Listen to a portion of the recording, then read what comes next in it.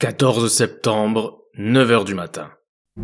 Dina, Chris et Koskov s'étaient pris une petite chambre d'hôtel, non loin de l'endroit où leur jet avait atterri. Si Dina avait été engagée pour cette mission, c'est parce qu'elle exerçait, au sein du KGB, la profession de détective. Et elle était la meilleure dans son domaine. Quant à Koskov et Chris, c'était très simple. Le contenu de leur énorme valise parlait pour eux. Se trouvait la crosse, chargeur, canon, munitions, etc. Bref, une mitraillette en pièces détachées, prête à être montée. Sans oublier de nombreux pistolets de taille plus modeste, et des couteaux aussi. Bon, vous avez une idée de par où commencer pour retrouver les types qui ont fait le coup? Oui, si ce sont vraiment des mecs de gang qui ont fait le coup, il suffit d'aller vous balader dans les quartiers chauds. Trouvez le chef et posez-lui directement la question. 1h de l'après-midi. Ah, ce brave loup. C'était incontestablement lui le chef des quartiers chauds. Mais il n'était pas facilement impressionnable, le bougre. Pas sûr qu'il suffise de simplement lui poser une question pour qu'il vous réponde. Il était plutôt du genre à agir selon son bon vouloir, non à la commande. De toute manière, il n'était pas encore certain que 4 de ses hommes lui jouaient des coups en douce. Et il s'imaginait encore moins que ces 4-là avaient réussi à se mettre à la fois la CIA et le KGB à dos.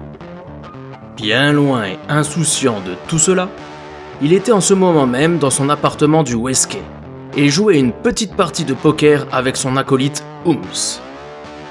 Il avança une pile de jetons vers le centre de la table. Mekouth. Tss, sale fiotte. Le téléphone sonna. Lou jeta le paquet de cartes sur Ooms. Tiens, distribue, et ne t'avise pas de tricher. Lou quitta le salon et alla répondre au téléphone qui se trouvait dans la cuisine. Ouais. C'est Bixil. Je ne sais pas si le hasard fait bien les choses, mais le destin, lui, a le sens de l'humour. Bixil était un homme pour qui l'argent n'a pas d'odeur. Son grade de commandant à la CIA lui procurait certaines facilités pour sortir des armes. Armes qu'il revendait ensuite aux gangs, sans la moindre considération morale. Morale et argent ne font pas bon ménage. Et la vente d'armes au marché noir était un commerce bien trop lucratif pour que l'on s'attarde sur des problématiques d'ordre éthique. Durant la période noire de Woodstock, à l'époque où les chefs de gang s'entretuaient pour la suprématie du Westgate, c'était Bixil qui était leur fournisseur à tous. Il avait alors gagné beaucoup d'argent. Bixil était en quelque sorte le marchand de la mort. Mais aujourd'hui, Bixil était dans la merde jusqu'au cou. Et l'ironie dans toute cette histoire, c'est que ses braqueurs l'avaient braqué avec des armes qu'il avait lui-même vendues à Lou. Et ça, Bixil le savait. Lou n'y était pour rien dans cette affaire. Bien qu'il eût des soupçons quant à la loyauté de Pyro, Tols, Tib et Antoine, il était très loin d'imaginer que ces 4-là aient pu braquer son fournisseur. Quant à Pyro, Tols, Tib et Antoine, il ne se doutait pas un instant que Bixil était le fournisseur de Lou. Et voilà, la boucle était bouclée. Mister Bixil, quelle surprise. Que me vaut votre appel? Je n'ai pas souvenir avoir passé commande récemment. Ferme-la et écoute au lieu de faire le malin. Une bande de 4 connards sont venus me braquer à mon domicile. Et alors? C'est de ma faute peut-être? J'en ai rien à foutre que ce soit de ta faute ou pas. Ce sont sûrement des mecs de ton quartier. Alors tu vas me les retrouver et fis ça. Et puis quoi encore? T'as cru que j'étais flic? Écoute-moi bien, espèce de sale petit enfoiré de merde. Si tu ne fais pas ce que je te dis, tu iras voir ailleurs la prochaine fois qu'il te faudra des munitions. Je donne pas cher de ta peau sans moi. Ok, c'est bon. Pas la peine de s'énerver comme ça. Bon, 4 types tu m'as dit? Oui. Qui ont volé 4 valises. Retrouve les valises et apporte-les-moi. Par contre, fais vite. Mes collègues ainsi que des Russes sont aussi sur le coup. Tu dois absolument les retrouver avant eux. Des Russes? Bon ok, ça marche. J'en fais mon affaire. Ah oui, une dernière chose. Quand tu auras retrouvé les mecs qui ont fait le coup, fais-les bien souffrir avant de les tuer. Mais ce sera avec plaisir. Tu peux compter là-dessus. Si les 4 types qui ont fait le coup sont ceux auxquels je pense, j'ai une histoire personnelle à régler avec eux. Rien à foutre. Retrouve-les.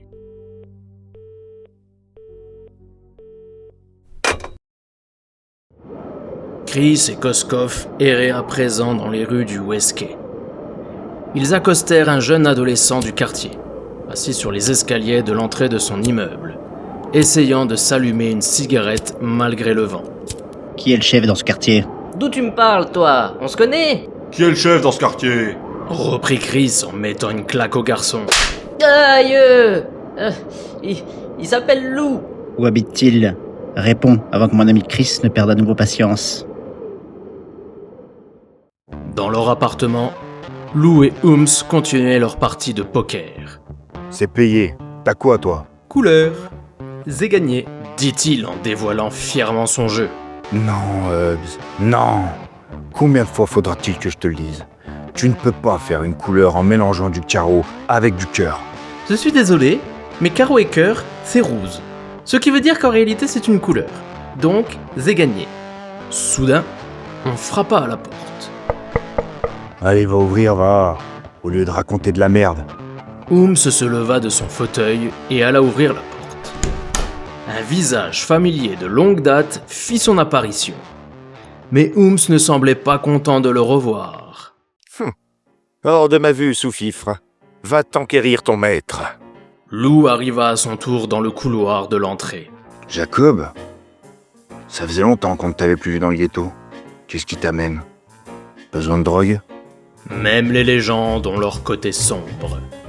Jacob Wikoski était considéré comme un héros par les citoyens de cette ville et comme un véritable modèle à suivre par ses collègues de la police. Il était celui qui avait mis fin à la période noire de Woodstock. Mais les héros vertueux et sans reproche, ça n'existe qu'au cinéma. Dans le monde réel, le seul moyen d'arriver à de telles prouesses, c'est de pactiser avec le diable. Et dans le Westquay, le diable se nomme Lou.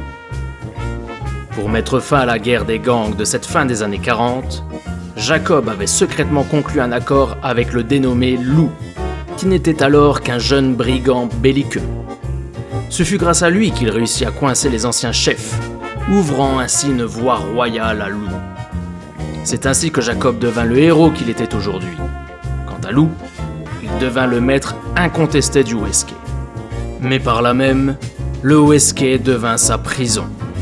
Car l'accord entre les deux hommes stipulait clairement que les agissements de Lou resteraient cantonnés à ce quartier, et qu'il en serait de même pour tous ces hommes. Le Westquay fut alors sacrifié, livré aux mains des gangsters de Lou, afin d'assurer la paix dans le reste de la ville.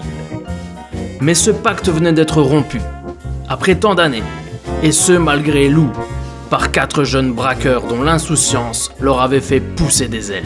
Eh bien, il m'amène qu'un braquage a eu lieu à la CIA.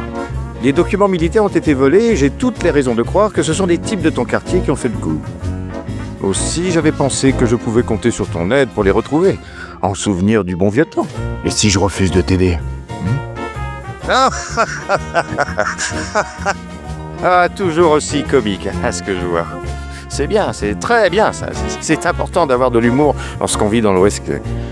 Toutefois, s'il s'avère qu'en réalité, tu es sérieux dans ton propos, dans ce cas, ce ne sera pas compliqué. Je te démantèlerai dès demain ton sale petit trafic de merde. Alors là, tu vas... Je n'ai pas terminé. La seule raison pour laquelle tu n'es pas déjà derrière les barreaux, c'est parce que c'est moi qui le veux bien. Toi, tu fais ton argent dans le quartier comme bon te semble.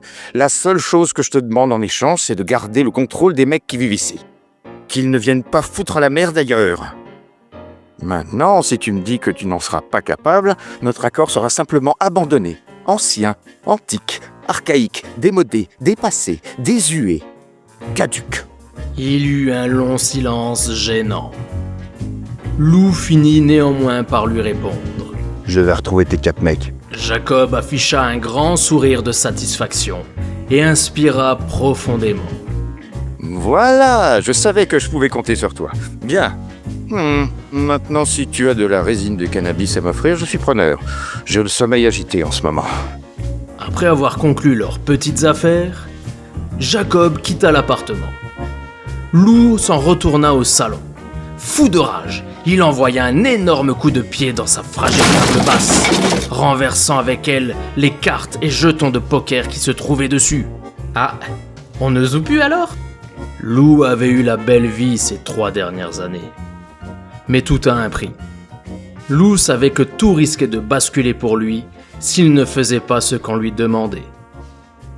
Quelqu'un frappa à nouveau à la porte. Va ouvrir, Hobbs.